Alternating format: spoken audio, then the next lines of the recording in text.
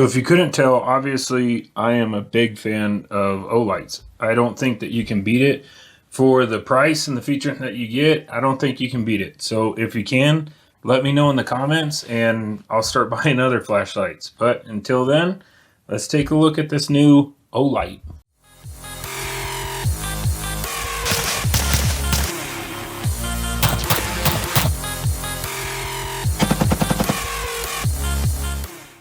So before we get started, I just want to go over my experience with Olight. So I have a couple Valkyrie Mini 2s. I have 2 of those. I have the Balder right there. Then I have the Odin GL M. This is the one with the laser in it. I've already done a video on these. I have 2 of those. So here, that came off of a different gun. I ran out of space on my table. My 7.62 by 39. And then, I'm sure you guys know, this is probably my favorite weapon light that I own or that I've had the chance to review. The Odin Mini. So if you missed it, I did a huge durability test on this. We talk about it all the time. I was trying to get this flashlight to fail and it didn't. It really surprised me. So it's I keep it around and I actually still use this. I mount it on weapon. Not my home defense gun, but I mount it on weapon when I take them to the range and stuff like that. So today we're going to be looking at the Odin GL, and that's green laser. So this is the Odin, it looks like the Odin Mini frame. So yep, it says right there, Odin Mini. So this is my favorite light that Olight makes for a rifle, and obviously it has a laser on it. So let's get it unpackaged and opened up and see what's inside. So here we go, open up the packaging. I'm not expecting anything out of the norm here. Olight done really good with their packaging, but it's all kind of the same. Magnetic lid. If you ever keep the box, there's their instructions. And there's the light. So we got, I'll bring up the other light and compare it once I'm done with this. So we got the Odin Mini. It actually looks a little slimmer. It looks a little bit different than the normal Odin Mini. So I have to check that out. A thank you card. Notice Picatinny rails cannot be zeroed properly. So this is saying, it's actually kind of important. I'll read it. Please do not mount it on any m-lok rail, otherwise the GL beam cannot be zeroed properly. So this is saying that it can only be mounted on Picatinny rails, which is not ideal. So we'll see about that. I don't know why the rail would matter. Here's their on-off switch and their low. It's cool that they incorporated a low button now. That's how you snap it on and lock it, magnetic. This is a little big and clumsy, but if you want the actual button on your weapon, it's there for you. I never use it. Let's see all the goodies in here. Got our charger.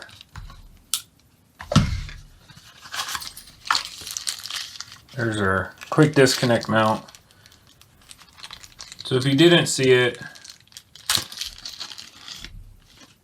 oh yeah, look at that. They don't even include an m-lok mount anymore. So the other one that I have, this light, it actually had an m-lok mount to it. I don't know why they did away with that. They're saying, according to that paper, it's saying that you can't accurately dial in the laser. I don't know. I haven't had any movement with m-lok stuff. How about you guys? But there's a quick disconnect, extra screw, the Allen wrench. Comes with everything that you need. So that's it. That's what comes in the box. Your instructions. Yeah, that's what comes in the box. Alright, so let's take a closer look at this. If you've ever bought an Olight, they always put a piece of plastic back here to keep the battery from making connection. And the batteries are always, you know, almost dead or only 10% charged, whatever it is. So, first of all, yep, it turns on. I know it's almost dead because the flashlight actually has a vibration function in it when it's about to die. or I don't even know what the percentage, I'm guessing here, the last, 10%, 5% of the battery, it actually vibrates when you turn it on. So there's a quick little double vibration in it, telling me that the battery almost dead. So first of all, it's typical Olight construction, aluminum frame, aluminum housing. If you missed it, the Odin Mini, we tortured the heck out of it. Here's just a couple snippets of that video. You can always go back and watch the entire video if you're really interested.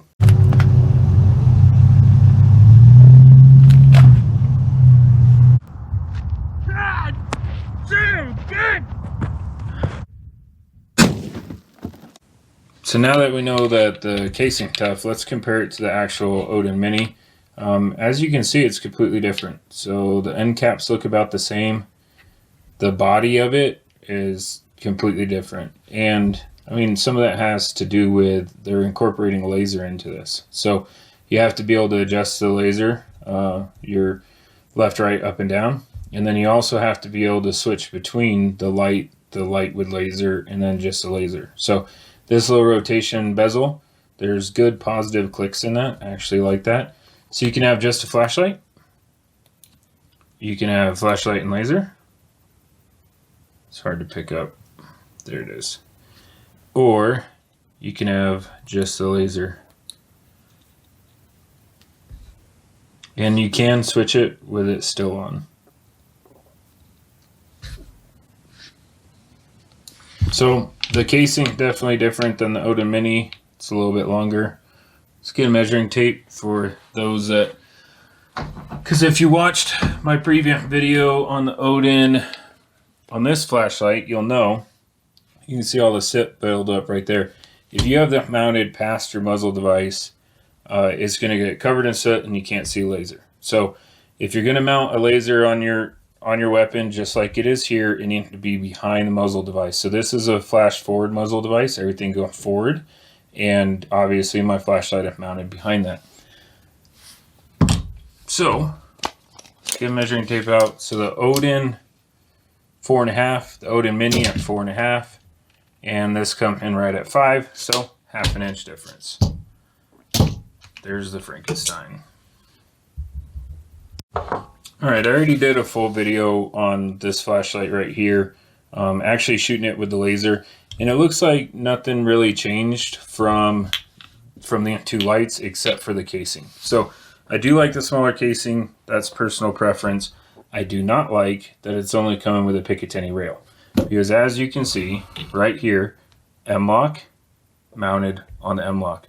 So I already have a couple mounts. I think I'll just take one of these, the gun that this came off of, I think I'll just take it off and put this on, because I don't really want all my stuff at m-lok. I mean, I guess I could put it somewhere on top, but I use a lot of S1 handguards that only have the little bit of Picatinny mount on the back and the front. So my Picatinny is limited, and I really don't want to put m-lok to Picatinny to this mount. It's going to be sticking way far off the firearm. Not really ideal. So I don't know why Olight did that, but we'll get into some pros and cons at the end of the video. So looking at the mount specifically, so there are 2 set screws to kind of torque this down. There's 2 different ways of mounting it. So you can either, that's different, so you can either mount it on the side or here.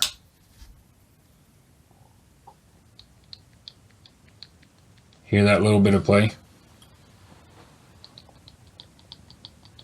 So there's a little bit of play in the quick disconnect mounts, and what Olight did to combat that, because normally with a flashlight it doesn't matter. With a laser, with any type of sighting system, any play like that you have is obviously going to throw off your sights. So just like on here, they have 2 little set screws right here, which ends up torquing down on the actual mount of the flashlight. It torques down onto this part and keeps the flashlight from moving around. That way you can sight it in and be done with it. The problem is what good at quick disconnect if you can't quick disconnect it. So I would like to see Olight with the light specifically, the laser light specifically, just have a mount that mounts just have a flashlight that mounts that doesn't come out of the mount. You don't need to do the quick disconnect, because honestly, if I'm going to take this off of here, I'm not going to mess with the screws, undo the screw, then slide this off. I'm just going to take the entire mount off if I need to take it off, and then put the entire mount back. And hopefully if I put it back in the same M-lok spot, it's close enough to being zeroed in. Yeah, so this is different. Let's mount, actually, I'm gonna grab a different gun. Let's mount this on a gun and play with it from there. Okay, so what I did here, I just took my firearm and I put just a Picatinny section onto my M-lok just to try this out. So first we gotta loosen up the kind of a no-frill mount. You know, some of the Picatinny mounts are kind of spring-loaded where they open up by themselves. This doesn't do that. There we go. Get that on there. And then tighten this down without hitting the camera.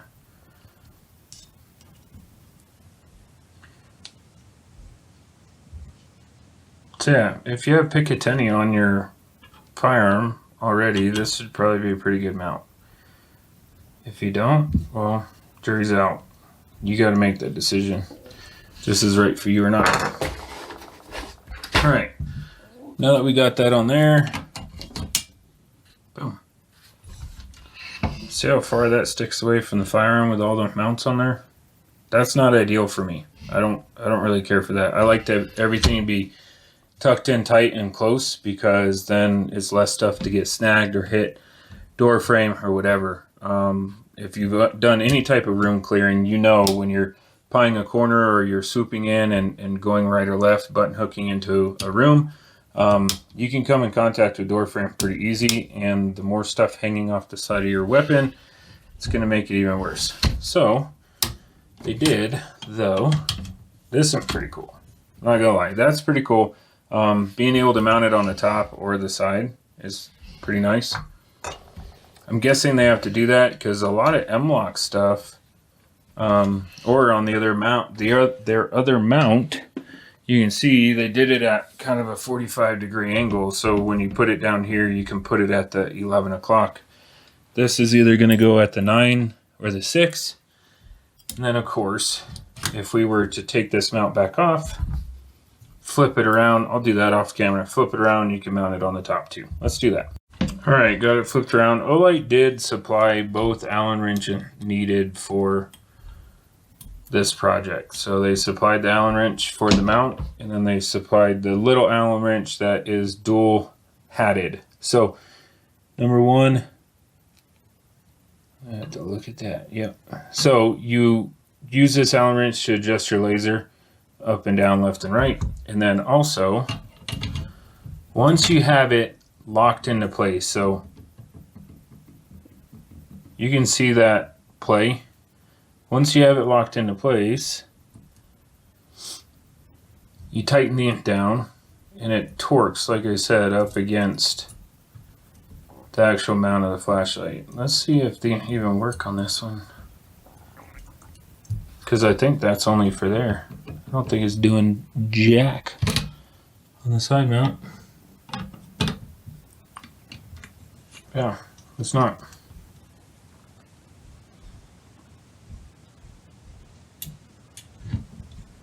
Sorry, you got one unboxings and like my initial reactions, then you got to deal with me messing around with stuff, because I've never messed with that flashlight, never seen it before.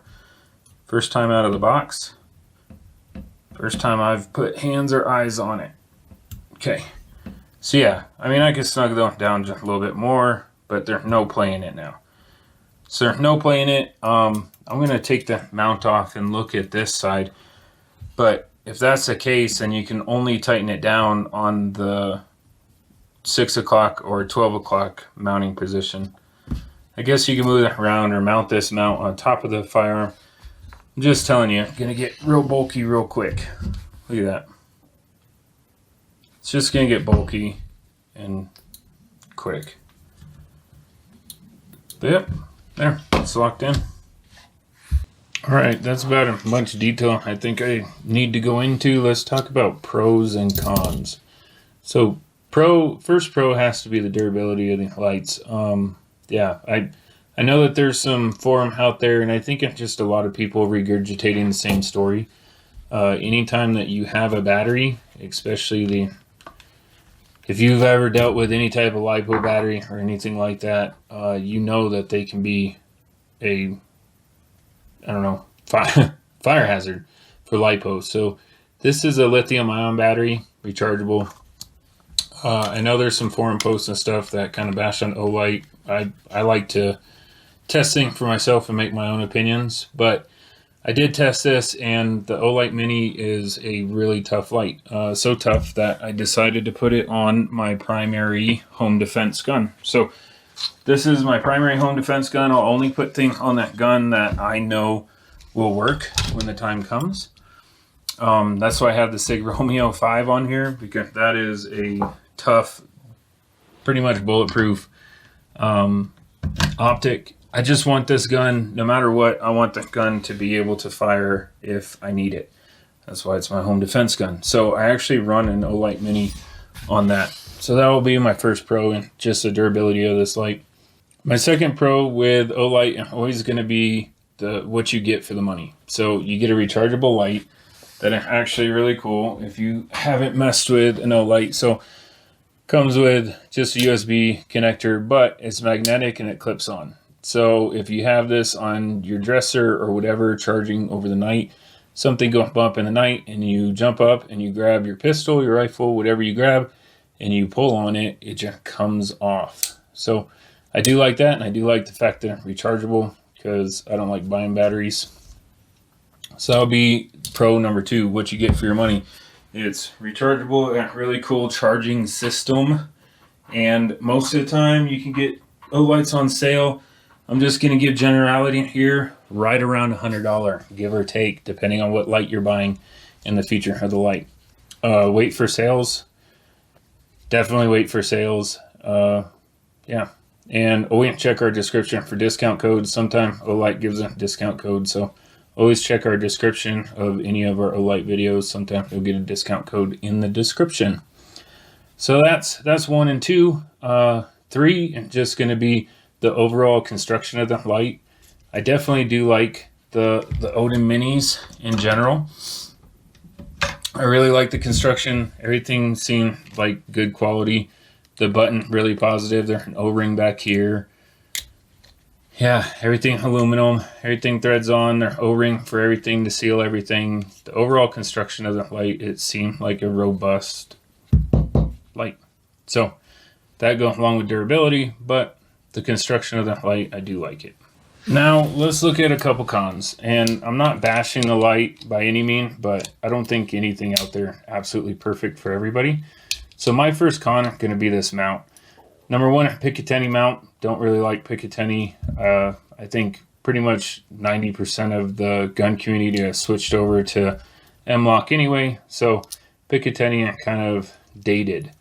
I don't know why that card says that it can't be accurate with an m-lok mount, because I did my own testing with the m-lok mount for accuracy specifically, and it did just fine. So I don't know what they're talking about here. And look, even in the picture, they have it mounted to this position.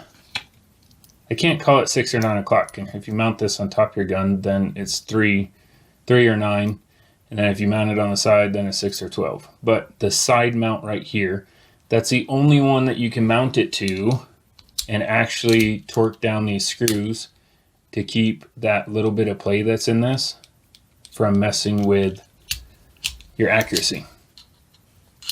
So that's going to be con number 1, is just that it's a Picatinny mount and you can only mount it in that one position. Con 2 kind of go along the same lines, and I already mentioned it in the video, but I think Olight honestly should just do away with the quick disconnects. If you didn't know, all the lights, they can slide into one another quick disconnect. But I think they should do away with the quick disconnect with anything with a laser on it, because you're not going to be, once you have this sighted in, mounted on your firearm in the perfect position, all sighted in, all the torque down, the last thing you're going to do is undo all of these to push the button and slide it off. Why would you do that? Instead of doing that, I would just undo it from the Picatinny mount and take it off. So just get rid of the quick disconnect for the laser lights, unless you're like me and you get a hold of a laser light and you don't really use it that much.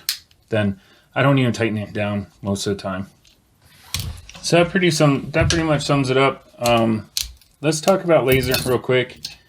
I'm neither here nor there. I know that there's some uses for laser, like on pistol grips and stuff like that, for inexperienced shooter. Like if you have a gun set up for your spouse, your significant other, or something like that, and you want them to be able to put a laser on something and pull the trigger and hit right around there, it's good for that. Also, people have made the comment that, you know, good for like a 10-yard zero. If you have optics and stuff on your firearm where you have it zeroed at 100 yards and you're also using that for a home defense firearm, I don't know why you would be, but anyway, then having a laser for 10 yards is a good thing for that too.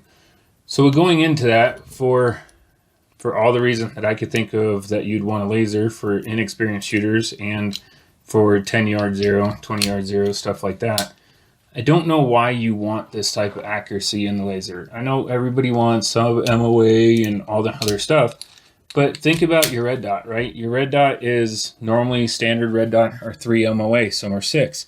So you're talking about 3 MOA at 100 yards. This laser is a lot smaller than 3 MOA at 10 yards, right? That's a pretty small little dot.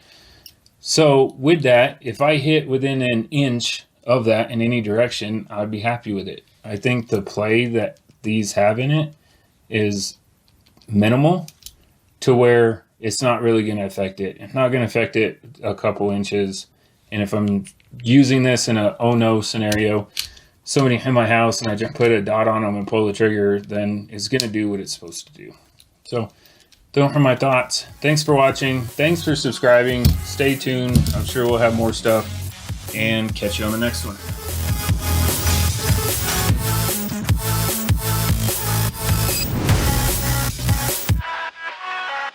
A Picatinny mount. Olight, what is this, 1998?